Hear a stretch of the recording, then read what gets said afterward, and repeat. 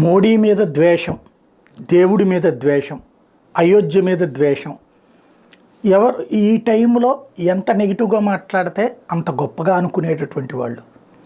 ఒక పెద్ద సంరంభం జరుగుతున్నప్పుడు నోటి దూలగాళ్ళు ఎప్పుడూ ఓ పక్కన ఉంటుంటారు. ఆ నోటి దూలగాళ్ల వలన ఆ కార్యక్రమానికి ఏ ప్రాబ్లము రాదు. ఇది గుర్తుకు తెచ్చుకోవాల్సినటువంటి అంశం.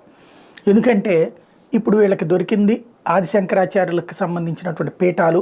ఆ పీఠాల వాళ్ళు మాట్లాడారు కాబట్టి ఎస్, వాళ్ళ వాదనని ఖచ్చితంగా వినాల్సిందే.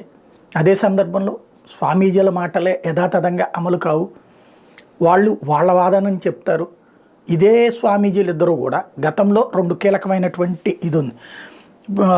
అవిముక్తేశ్వరానంద సరస్వతి స్వామి వారు గతంలో ముస్లిం సోదరులు మాతో కలిసి ఉండలేం, వాళ్ళకి నచ్చినట్టు బతకడానికి అని ప్రత్యేక రాజ్యం కావాలని తీసుకున్నారు.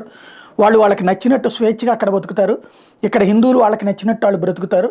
కానీ అందరూ పాక్ వెళ్ళలేదు. మరి ప్రత్యేక పాకిస్తాన్ తయారవడం వల్ల ఉపయోగం ఏంటి?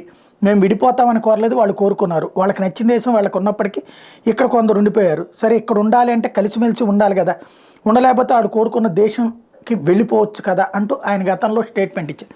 అప్పుడు ఆయన వివాదాస్పదం అంటూ రచ్చరచ్చ చేశారు. ఇప్పుడు అదే మనుషులు మళ్ళీ ఇప్పుడు ఈ కోణంలో మాట్లాడుకొస్తున్నారు. లేకపోతే రెండో శంకరాచార్యులు నిశ్చలానంద సరస్వతి స్వామి వచ్చేటప్పటికి అయోధ్య మీద సుప్రీంకోర్టు తీర్పు మీద వ్యాఖ్యానిస్తూ ముస్లింలకు స్థలం ఇవ్వడం తప్పు, ఇస్తే అది ఉగ్రవాదానికి బలం ఇచ్చినట్టే అని వ్యాఖ్యానించారు. ఇంకోసారి హిందూ దేశంగా భారతదేశాన్ని ప్రకటించాలని కూడా ఆయన గతంలో స్టేట్మెంట్ ఇచ్చారు.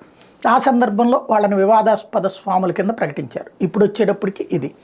కాబట్టి ఇక్కడ స్వామీజీలను కూడా మనకు కావాల్సినట్టు వాడుకుంటున్నటువంటి రోజులు కాబట్టి ఇది ఖచ్చితంగా ఒక పూజా కార్యక్రమం, ఇంట్లో ఒక ఫంక్షన్ జరుగుతున్న 10 రకాలైనటువంటి భావాలు ఉంటాయి. చివరికి కుటుంబ పెద్ద ఎలా అనుకుంటే అలాగే నడుస్తుంది.